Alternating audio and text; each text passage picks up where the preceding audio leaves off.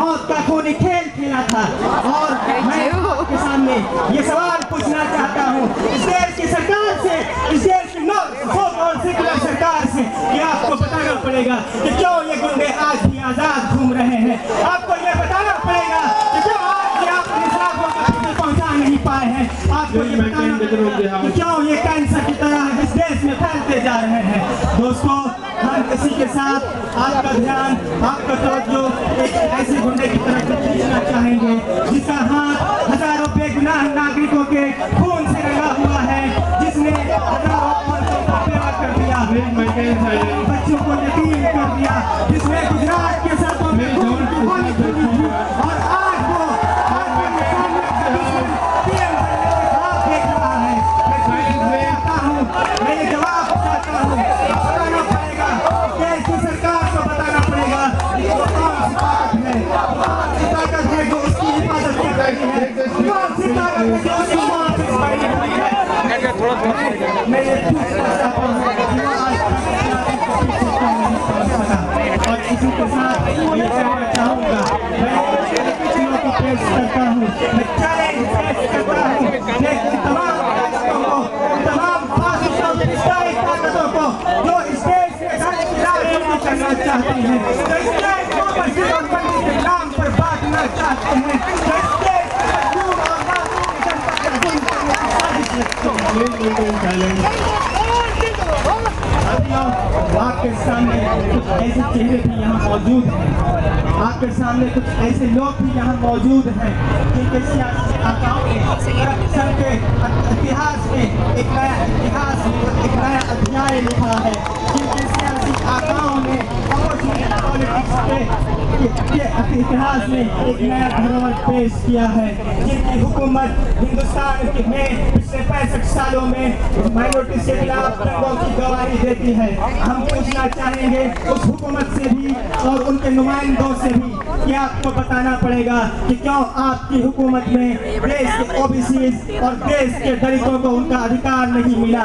आपको बताना पड़ेगा क्यों आज वो धकेल दिए गए हैं। आपको इस सवाल का भी जवाब देना पड़ेगा कि क्यों आज वो बस्ती के दलदल में ढकेल दिए गए हैं। आपको इस सवाल का भी जवाब देना पड़ेगा कि क्यों आज देश के आदिवासी अपने जल जंगल और जमीन से महरूम कर दिए गए हैं। और इसके साथ साथ माइनॉरिटीज के खुद को भी नहीं भूल सकता, आपको इसका भी जवाब देना है कि क्यों दरभंगा और आलमगढ़ के मुसलमान खौफ के साए में जीते हैं। आपको ये बताना पड़ेगा कि क्यों आज हिंदुस्तान के तमाम जेलों में रखा गया है, वो सह रहे हैं और आपके कानों में जूं तक नहीं रेंगती है। आपको इस सवाल का भी जवाब देना पड़ेगा कि क्यों आप बिना बेगुनाह नागरिकों को निशाना बनाते हैं। आप इस सवाल का भी जवाब दीजिए कि क्यों आज असम के लोग कैंप में रहने के लिए मजबूर हैं। हम पूछना चाहते हैं कि आपने रंगनाथ मिश्रा कमीशन रिकमेंडेशन को खंडे बस्ते में क्यों डाल दिया। आज तक आप माइनॉरिटी रिजर्वेशन को का जो दावा करते थे पूरा क्यों नहीं कर सके।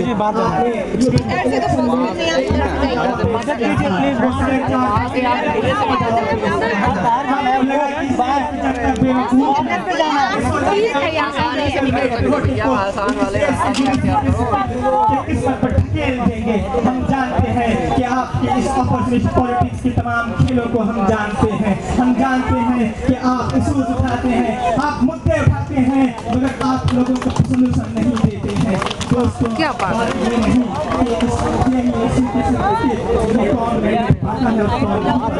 बात ये भी नहीं आता है, बात ये है देखना चाहते हैं। सवाल ये है कि आने वाले हिंदुस्तान के किस तस्वीर के लिए लड़ने जा रहा है। मैंडेट देना चाहते हैं जिनके हाथ नंदीग्राम और सींगूर के किसानों से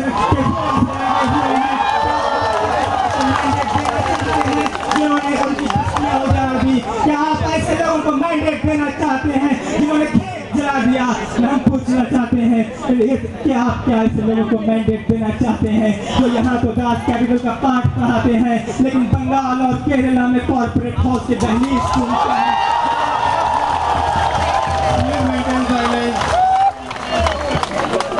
और इन्हीं का दूसरा घोषणा जो आपके सामने मौजूद है और जो इस JNU के सत्ता पर कई सालों से काबिज है, हम इसे भी नहीं भूल सकते। उनका झूठा नारा भी नहीं भूल सकते, हम उनके रेवोल्यूशन का झूठा नारा भी नहीं भूल सकते। हम पूछना चाहते हैं कि इसी मंच पर आपने जो वादे किए थे, उन वादों का क्या हुआ? आपको बताना पड़ेगा। जो वादा किया था, इस वादे का क्या हुआ? आपको यह भी बताना पड़ेगा कि आपने बायोमार्क्स हटाने के लिए जिस मूवमेंट का वादा किया था, उस वादे का क्या हुआ? आपको यह भी बताना पड़ेगा कि आज JNU के स्टूडेंट्स अमेरिका के गलियों में भटकने के लिए क्यों मजबूर हैं।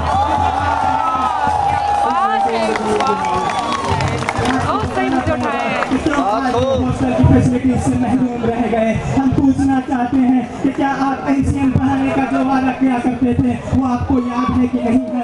आपको यह भी बताना पड़ेगा कि क्या आप इस कैंपस को कैंपस बनाने का वादा करते थे, क्या आप उस वादे के साथ को याद रखते हैं या भूल गए हैं? लेकिन इससे भी बड़ी कुछ और बात है जो इस JNU के छात्रों में के दिलों में, इस JNU के आम छात्रों के दिलों में कांटे की तरह चुभती है, एक तेज की तरह चुभती है।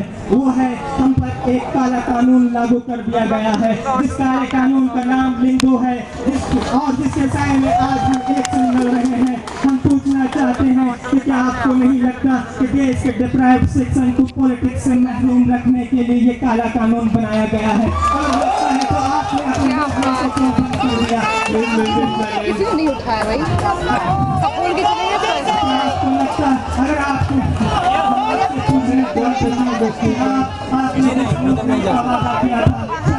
इलेक्शन से पहले आप जो मूवमेंट किया करते थे, वो मूवमेंट जीतने के बाद क्यों भूल गए? शायद अब आपको ये आपने लेकिन हम इसे नहीं भूल सकते। हमें आज भी याद है वो JNU जो emergency को चैलेंज किया करता था। हमें आज भी याद है वो JNU जो गुजरात जलने प्रकाश में नहीं रोड पे होता था। हमें याद है वो JNU जो सिंगूर और नंदीग्राम के किसानों के अधिकार को लड़ने के लिए अपने खाना पीना, अपना क्लास, अपनी पढ़ाई छोड़कर इस देश के सड़कों पर दिखा करता था। मगर अब आज वो JNU शायद इतिहास के किसी गर्भ में छुपा दिया गया है।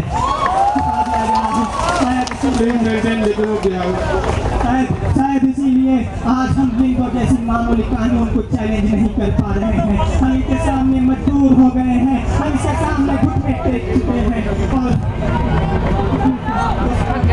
ऐसी हालत और इसी कंटेक्स्ट में, इस मंजर में हम आपसे अपील करना चाहते हैं कि नकार दीजिए उन तमाम पॉलिटिकल फोर्स को जो इस देश में पॉलिटिक्स को राजनीति के गलियारों में भटकने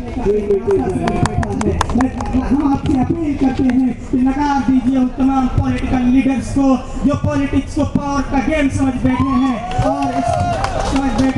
और इसी हालत में, इसी फिजा में, इसी माहौल में हम आपके सामने एक नए अल्टरनेटिव के साथ हाजिर हैं जिसका नाम कैंपस फ्रेंड ऑफ इंडिया है। ये एक ऐसा अल्टरनेटिव है किसानों के लिए, देश के गरीबों के अधिकार को लड़ने की पूरी समझ रखती है।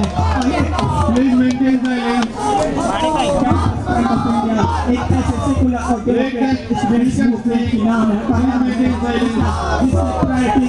इस देश के आम नागरिकों का अधिकार है। इस में फासिस्ट और इंपीरियलिस्ट फोर्स को खत्म कर देना, तबाह बर्बाद कर देना शामिल है। और उनका हम आपसे ये कहना भी चाहेंगे कि हमें वो ताकत है, हमें वो ताकत है कि हम आपके ओबीसी रिजर्वेशन के को इश्यू कराने का मूवमेंट उठा सके। हमें वो भी ताकत है कि हम इस देश के गरीबों के अधिकार के लिए एक नए मूवमेंट का आह्वान कर सके। हमें यह भी ताकत है कि इस स्टूडेंट्स के इस JNU के स्टूडेंट्स के हॉस्टल फैसिलिटीज को मुहैया कराने के लिए भी मूवमेंट कर सके। हम आपको NCM पढ़ाने का भी वादा करते हैं। हम इससे बढ़कर एक और वादा करते हैं जो वादा शायद किसी पॉलिटिकल पार्टी ने नहीं किया। शायद पॉलिटिकल पार्टी जीतने और हारने पर मबनी है। और इस हालत में हम वादा करते हैं कि हमारी प्रायोरिटीज ये है कि हम लिंगो जैसे काले कानून को हिंदुस्तान के हर एक यूनिवर्सिटी से उखाड़ फेंकेंगे और इसके लिए हमें अपनी पूरी एनर्जी लगानी पड़ी।